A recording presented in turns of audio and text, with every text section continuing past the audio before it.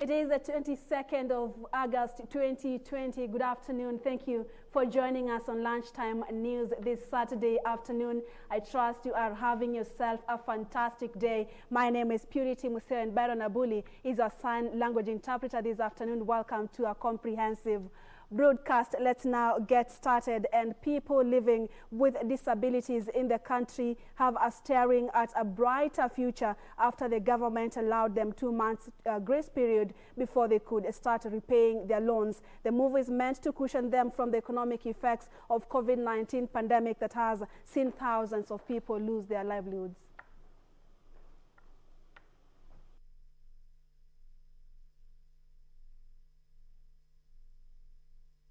Speaking in her constituency, Naivasha Member of Parliament Jane Kihara challenged the investigative agencies to get to the bottom of allegations of corruption that are emerging at the Ministry of Health. The lawmaker for the once procurement officials at the Kenya Medical Supplies Agency, KEMSA, grilled over alleged loss of COVID-19 funds. We are hearing in the radio how some counties do not have enough facilitation to cater for COVID-19 patients. They don't have oxygen, they don't have ventilators, and yet all the money is being eaten in Nairobi. This is very sad, stealing from the sick. So far, the government has secured over 223 billion shillings from international community for combating COVID-19. Demands for accountability of the use of the billions comes at a time when health facilities at the county level are struggling in terms of facilitation. But I must say also, as Kenyans, we must now search soul ourselves, because there's corruption in this country at every level. May it be grassroots, where there is a small tender being won, with no tenders being advertised. When they have already been given, people are preparing to deliver. This is a disease that has gotten into Kenyans, and EACC seems to be toothless. I think the corruption is just too overwhelming. Similar questions on accountability were raised in West Pokot by Kapengura Member of Parliament Samuel Moroto. Moroto called on donors to stop giving loans to the government since the monies were being misappropriated. Wakati mna jambo naulizwa mahali, kesho yake hiyo mashini zimeenda kuharibiwa. Wewe nafikiri mtu wa kawaida anaenda kuharibu ama ni wale wako kwa serikali kuu? Ambao wanajua nini inafanyika. Na lazima kuna protection kutoka juu. Na tukisema juu lazima tujue ni nani.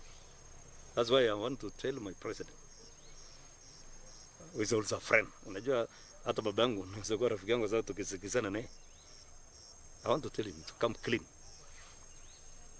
Sisi hatuhesabu kina Raila ni opposition. Na hata yeye ndiye hata akifanya kitu gani mbaya anataka kuharibu serikali ndio aingie. Tunasema they are always the alternative government. Lazima wapige domo wafanye nini namna kuingia. Lakini hii nao wao wamepewa kasi. Hata mimi niliapishwa nikiwa mjumbe wa Jubilee. Hii COVID wakati inaendelea, hata hujapika domo, hata hujauliza ni kwa nini. Kaa kwa napika na zungumza, kaa kwa naongea. Nafikiri mnaambia pika tu debe kama ile unakongea watoto kengele ndio wakimbia darasa. A recent report by the Health Ministry on utilization of COVID-19 funds showed that 42 million shillings was used to lease ambulances, 4 million shillings went on tea and snacks, and 70 million shillings on communication.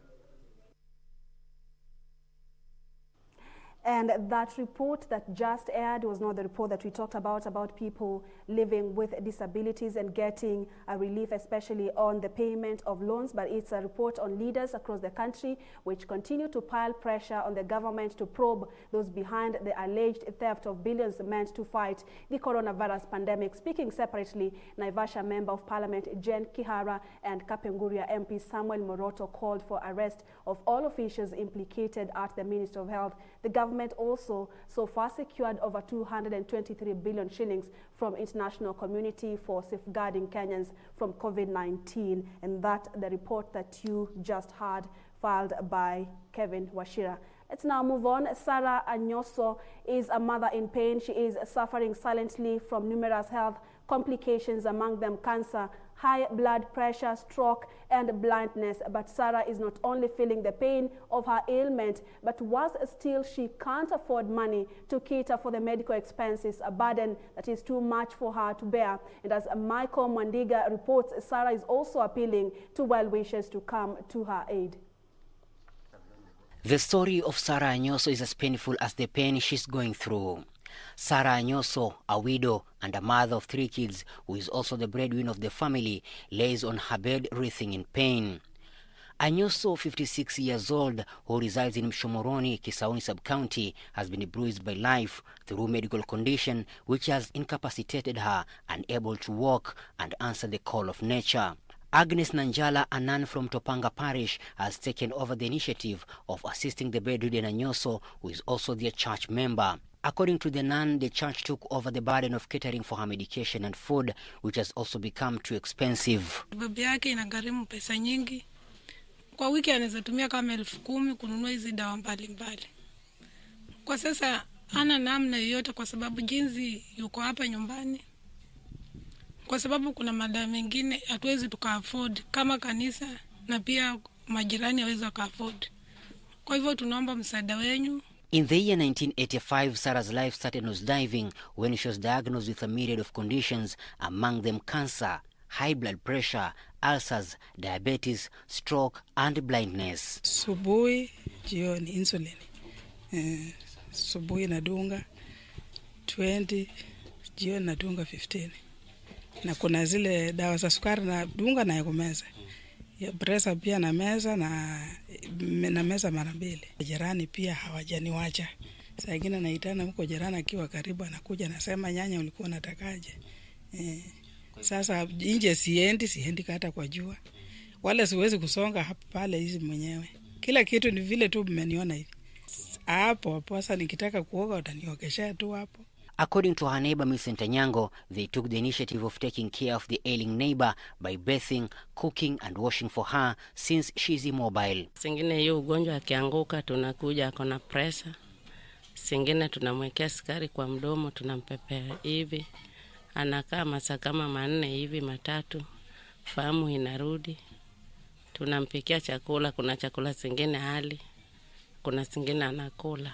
The neighbors and the church are now calling for well-wishers to chip in since the COVID-19 pandemic has made it worse to cater for Sarah's needs. You can reach Sarah Anjoso for help through her mobile number 0783840962. Reporting for Channel 1 News from Mombasa County, I'm Michael Mwandiga. Thank you, Michael, for that report. So much trouble for one person. Kindly, if you really need to help her, then you can reach her through the number that was displayed right on your screen, or even SMS us, tweet us, and DM us, any of you who is willing to help Sarah from her troubles, the pandemic making it worse, even to get any medical assistance.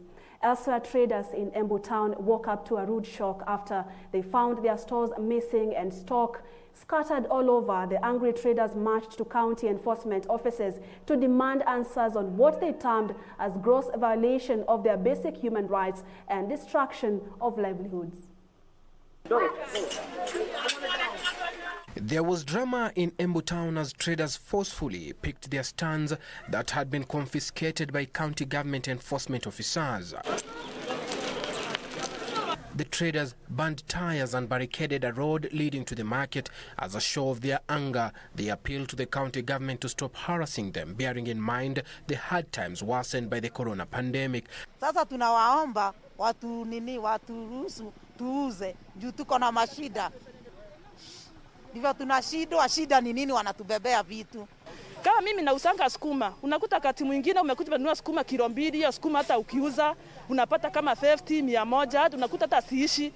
Unakuta na sindesi imeharibika, unatupa, unakuja tena. Sasa tunauliza kwa kati wanatukimbisa hapa na pale, tutatoa kujisaidia wapi? Members of the County Assembly of Embu condemned the act and asked the county government to use dialogue as opposed to force when dealing with traders. They observed that there was poor planning within markets in Embu, an issue they said should be addressed as a matter of urgency. Kirimari MCA Maurice Nyaga noted that with the corona pandemic, it is not the best time to demolish stands of the traders. Hii jambo sikufurahia. Mwenye alikuwa anataka maybe kwa ile sababu yote ile kuna kusungumusa. Watu wakiongea si kitu kubwa, tunaongea tunasema hapa kuna hii tatizo, tunafanya tunatekeleza. Kwa hivyo ningeomba serikali ya County Government of Embu, Department of Trade waangalie masoko yetu. Kama kuna mikakati wanafaa kupanga pale, waende wapange watu wetu.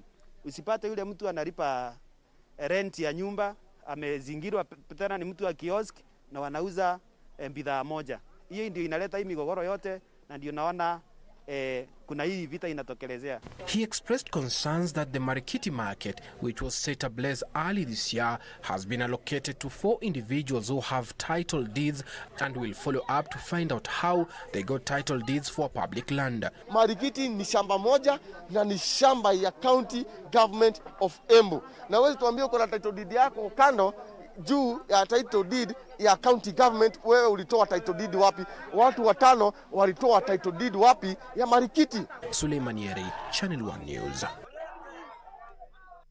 Away from Embu County, more than 500 fish traders in Soko Matope, Busia County are set to benefit from modern fish market funded by the World Bank and the Kenya Devolution Support Program. The project, which is set to cost 60 million shillings, is expected to be complete within a month. For more than 30 years, fish traders in Soko Matope have been bracing scorching sun and rains in makeshift structures, something that is set to change in the next 6 months. The World Bank, through the Kenya Devolution Support Program, is funding a construction of a new modern fish market, a project which is aimed at increasing fish production through aquaparks and fish cages for the traders. Kwa sasa kuna aquapark moja imefanyika Samia, ya pili itafanyika Teso South, ya tatu itafanyika Butula, alafu zile zingine mbili zitafanyika na Mbale na Teso North. Busia County is targeting to ensure that every sub-county has an aqua park to be able to produce enough fish within the county and run the market. Within the country and also outside the country, kwa neighboring countries all the way up to DRC Congo. Tuna turnover kubwa sana ya about 2 billion katika hii market per year. Na hii market ina serve for now about 600 traders na tunatarajia kwamba wakati tunaingia katika ile transshipment tutaweza kuserve up to even 1,000 traders or more. Traders have hailed the project and urged the county government to offer loans to traders to facilitate purchase of the fish cages. Tumetegemea samaki kutoka Uganda, lakini kwa ajili ya COVID sasa samaki hazikuji. Na ukiangalia mzuri Lake Victoria pia sasa samaki imerudi chini. So sasa tunategea samaki kutoka Lake Turkana. Ndio tunaitegea sasa. Na hizo samaki za kutoka Lake Turkana huwa tuna export, zingine tunaziuza hapa. Najua itasaidia wamama wa Busia wana biashara na watu wote wa Busia, na pia naomba pia hii mradi isikuwe tu Busia County hapa Machakos peke yake, iweze kupelekwa hata sub county zingine ili pia masoko zile ziko huko pia waweze kufaidika pia. Suleiman Yeri, Channel 1 News. At William Mamburi, you're watching the bulletin from Watamu. Omwami David, you tuned in from Mombasa County. And there is John Said, who is watching from Teso. Kiduka Alvin, watching live from Emali. And Justin, you're also watching. Charles Odemba, you tuned in to Lunchtime News. And lastly, we have Gaza Twitter, who is also tuned in from Turkana County. Keep talking to us and tell us where you're watching us from, and also weigh in to some of the reports that we are having this afternoon on Lunchtime News. We're taking a first commercial break. Don't go too far. Plenty more to come. Stay with us.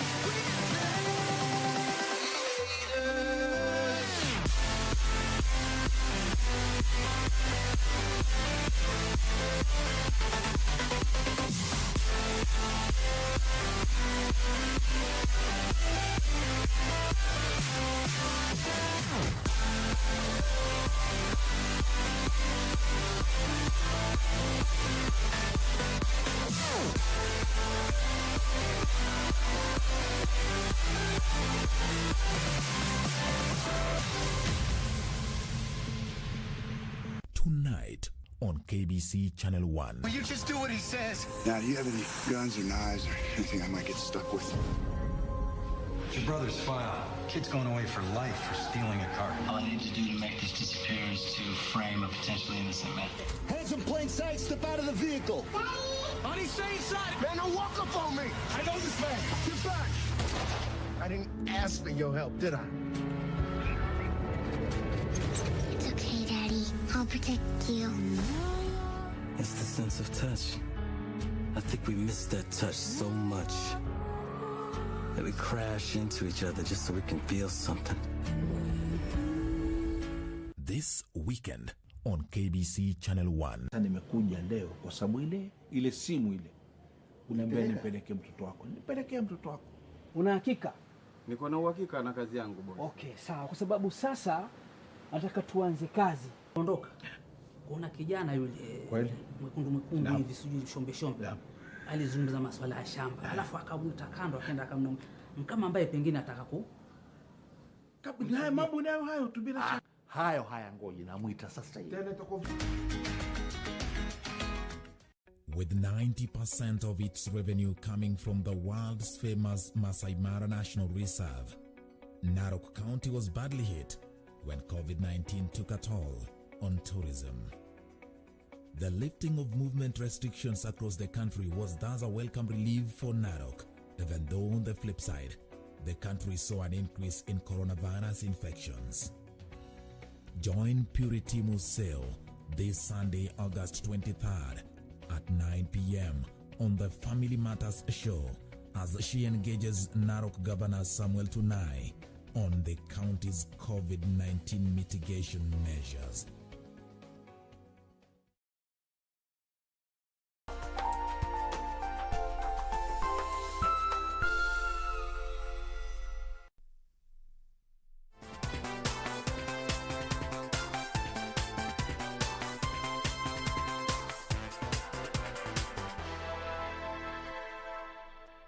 Welcome back. Thank you so much for staying with Lunchtime News.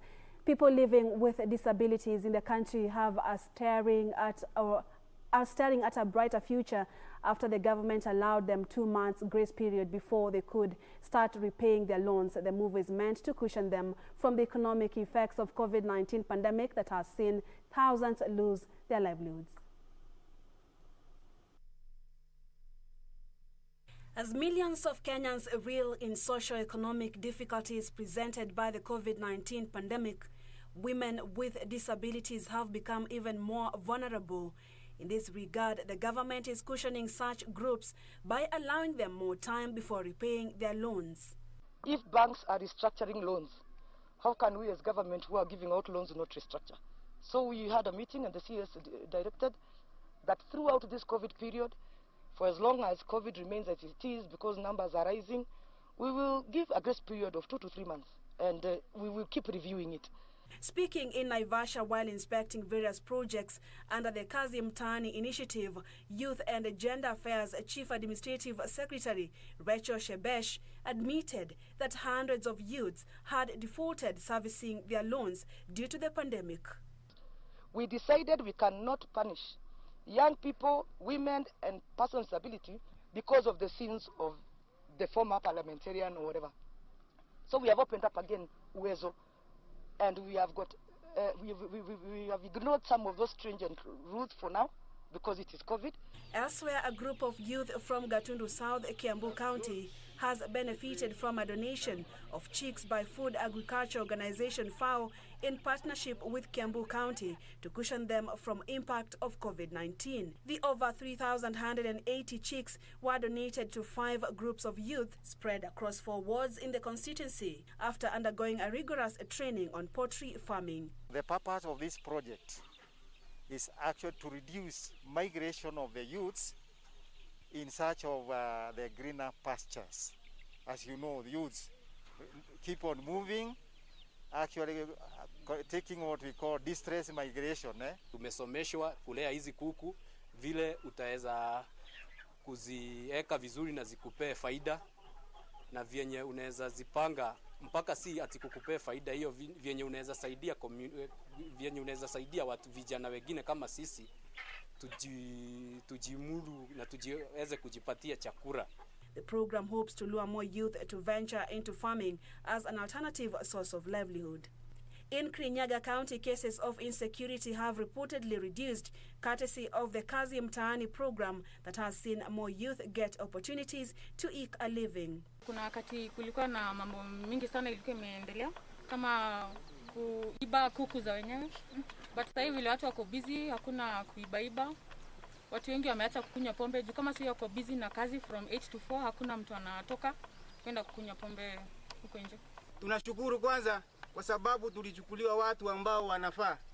Kirinyaga hapa tuko kazi tunafanya vizuri kama vijana, lakini hakuna kazi haina changamoto.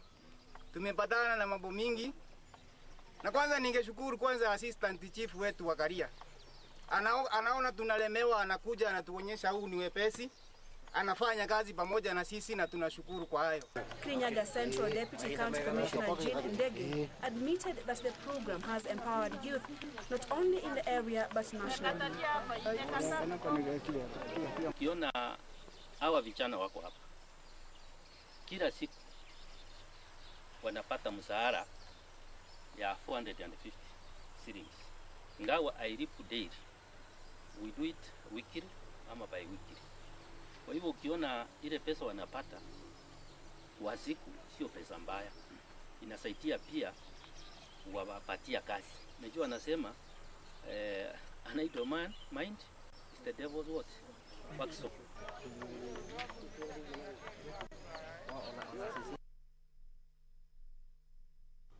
Detectives from the Directorate of Criminal Investigations have arrested a suspect over the murder of a 28-year-old man who was shot in Kilimani area in Nairobi. The suspect, identified as Robert Bodo, was arrested Saturday morning, and a mini casque pistol with 13 rounds of ammunition recovered.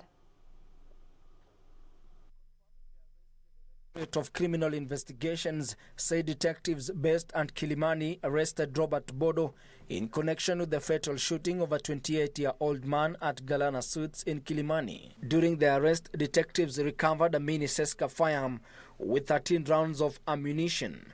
Police said the ballistic analysis will be done on the firearm as investigators seek to unravel the motive behind the shooting. The arrest coming as National Gun Owners Association of Kenya condemned the incident, calling for speedy investigations.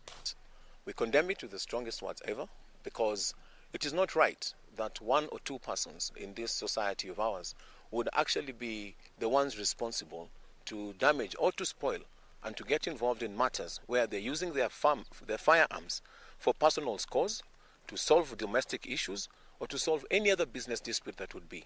The personal firearms that are issued by the Firearm Licensing Board are for us to be able to use it for the specified activities. The association also called on the Interior Ministry, Inspector General of Police, DCI, Director of Public Prosecutions and the Judiciary to take stern action on cases involving misuse of firearms without necessarily restricting legitimate and responsible use of the same firearms.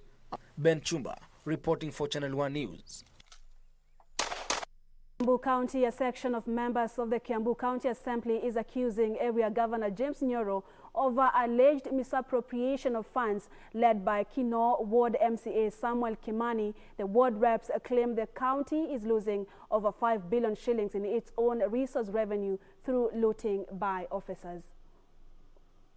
A section of Embu County Assembly MCAs led by Kino Ward MCA Samuel Kimani has poked holes on the leadership of Governor James Nyoro, claiming it has allowed officers to embark on a looting spree. Na kama kamati tumeweza kuzunguka na tukaweza kustajabishwa sana na yale mambo ambayo tumepata ambayo imekuwa ikiendelea katika county, haswa katika mambo ya fedha za umma, mahali ambapo revenue inakuwa ikikusanywa, na ukora mwingi sana ambao umekuwa ukiendelea.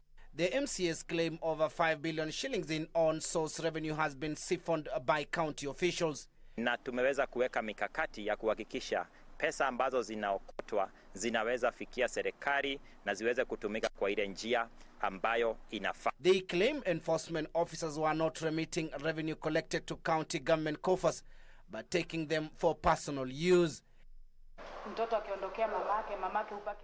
Elsewhere, members of the minority communities in Isiolo have condemned the Thursday arrest of 2 officers over non-payment of pending bills. The group claims the 2 officers were unfairly targeted, claiming the move was purely political.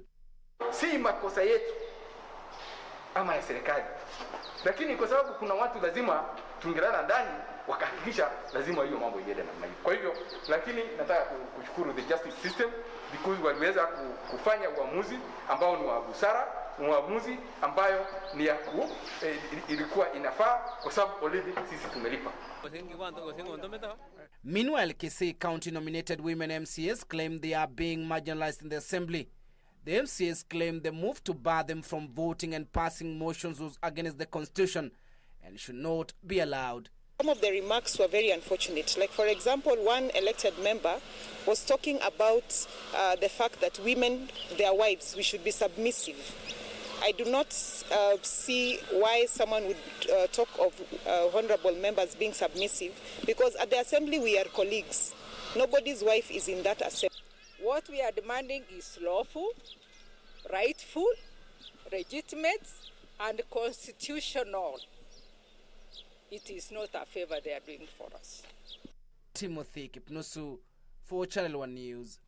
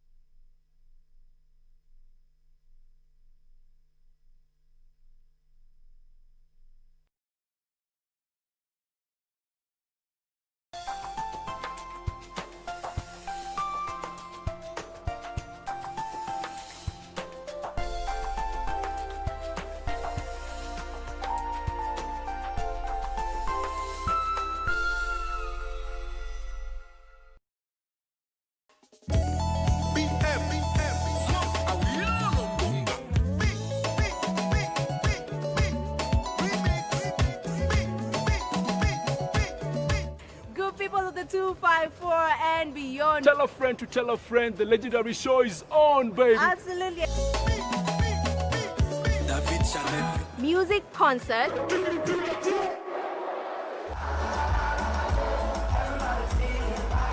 Pull it up, pull it up, pull it up, pull it up. And it's a feeling in my heart. Top model. With it, group drop.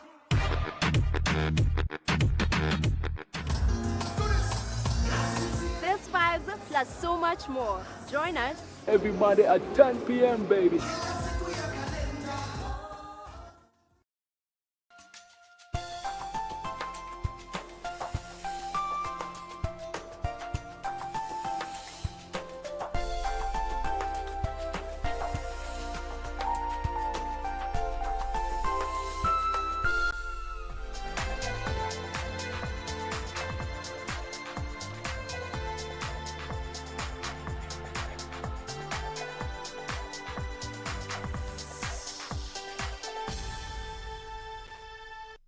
Welcome back. We highly apologize for the sound hitch that we just experienced on our report in Vihiga County, and unfortunately we'll not have that report, but we'll have it on our subsequent bulletins. Time for sports news. Europa League kings Sevilla won the tournament for a record sixth time thanks to a 3-2 victory over Inter Milan in a thrilling final in Cologne. The drama started when Sevilla defender Diego Carlos fouled Romelu Lukaku for an Inter penalty and ended when Lukaku deflected Carlos' bicycle kickoff into own net. Lukaku gave the Italian side the penalty spot on his 34th goal of the season, extending his record for scoring in consecutive Europa League games to 11. Lukaku Dijon scored 2 headers from Jesus Navas and Eva Benega crosses to put Sevilla into the lead. Inter were level when Diego nodded into a make it 2-2 in the 35th minute, and Carlos flew into the air to meet a high ball with an overhead kick which was going wide until Lukaku stuck out a leg and diverted it past his own goalkeeper. It was the first trophy in the managerial career of the Sevilla boss Gilles Lopetegui, whose side are unbeaten side since February, a run of the 21 games.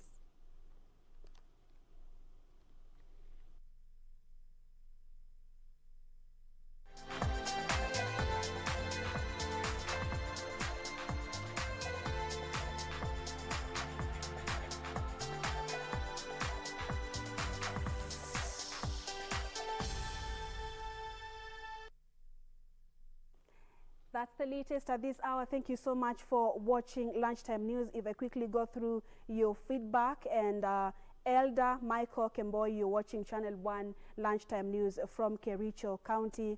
We also had Elhad Boka, you also saying you're tuned in to Lunchtime News. You didn't say where you were tuned in from. Dennis Otieno, you were tuned in from Bondo. Thank you once again for your company. I'll see you again at 9 p.m. for Channel 1 Weekend. Until then, do enjoy the rest of our programming, and good afternoon. My name is Purity Museo. Baron Abuli has been our sign language interpreter this afternoon.